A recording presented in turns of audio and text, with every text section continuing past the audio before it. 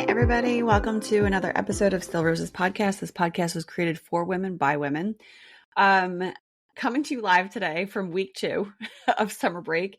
You know, week 1 was like a novelty, and I've actually like trying to organize these episodes around thought starters, like things that I see that I think might be helpful or, good things for us all to be thinking about.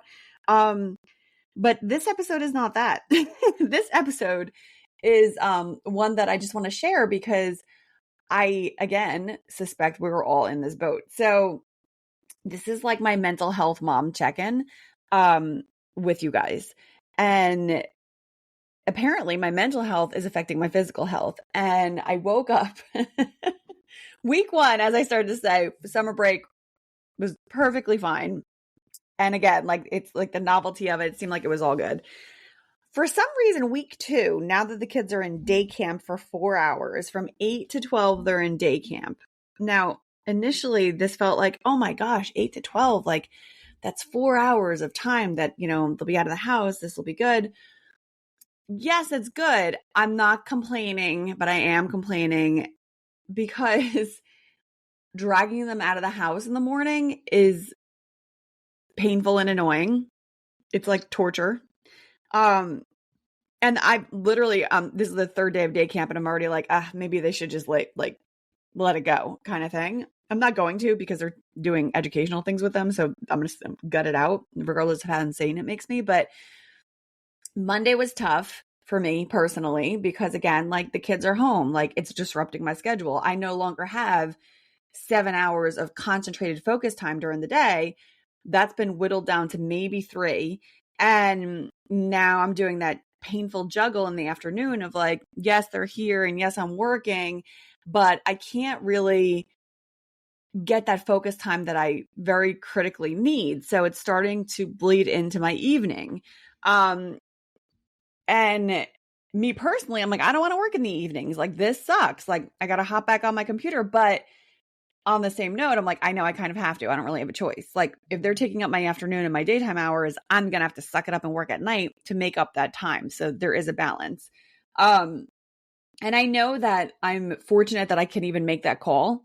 I know very deeply what it is that when, you don't have that flexibility. And I do know that this is an incredibly amazing privilege to have. So I don't want anyone to ever think that, I'm not grateful. I am incredibly grateful for being able to work at home and be able to make that call to say like, all right, well, I'll work at night if I can't work during the day.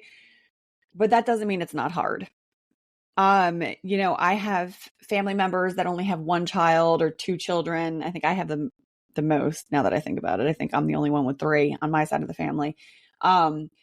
I know people that don't have to work. They're stay-at-home moms. I know the gamut of different kinds of women out there that are also, dealing with having kids. And there is no easy scenario. And I want to make sure that everybody kind of understands that, because I've had people say to me, oh, well, you have 3. Like, I'm not going to complain to you.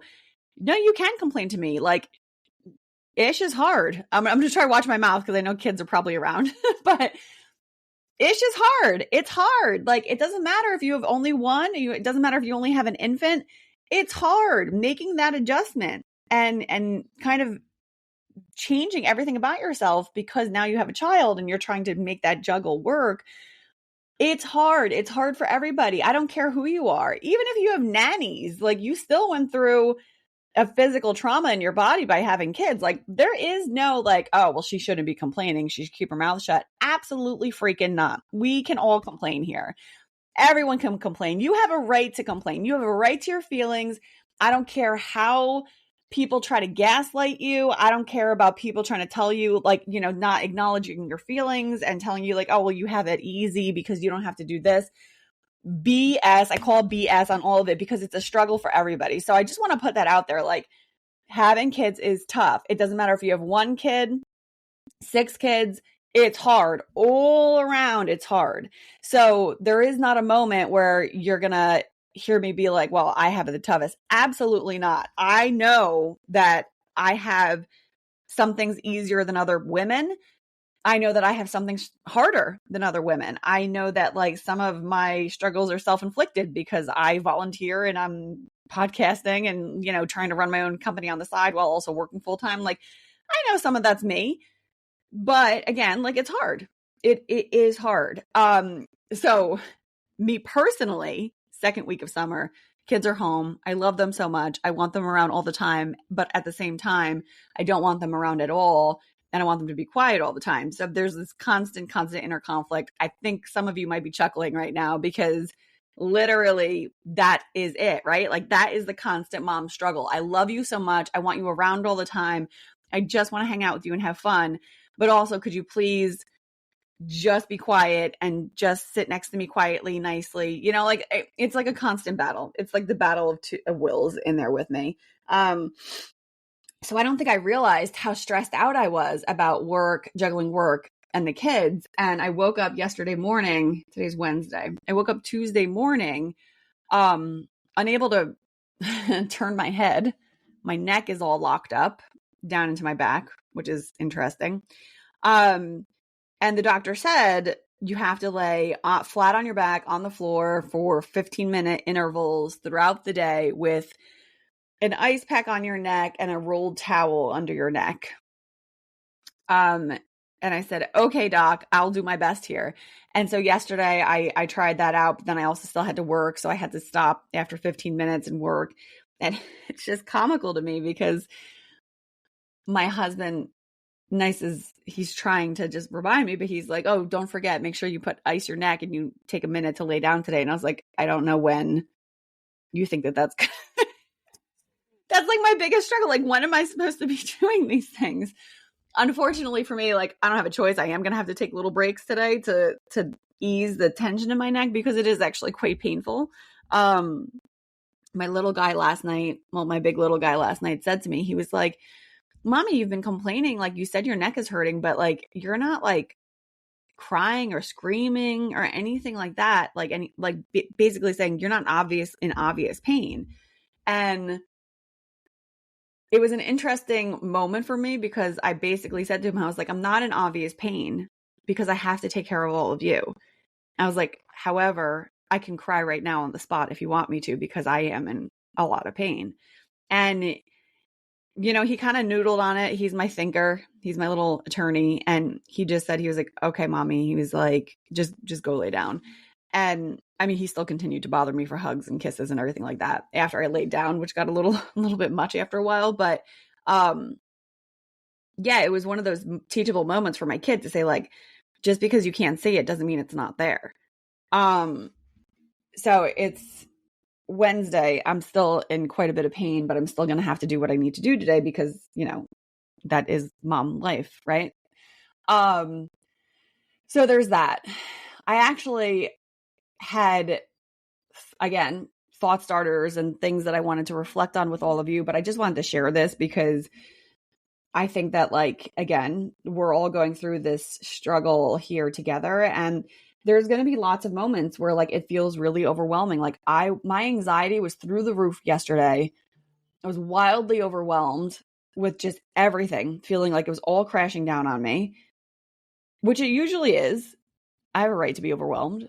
And it was just, I was trying really hard to keep it under control, but it was like, you could almost see the cracks like coming to the surface all day yesterday. And I was trying so hard, but it was just all day yesterday that it was just cracks surfacing where I was just getting overwhelmed and frustrated and stressed out. And then the depression creeps in, which is always interesting.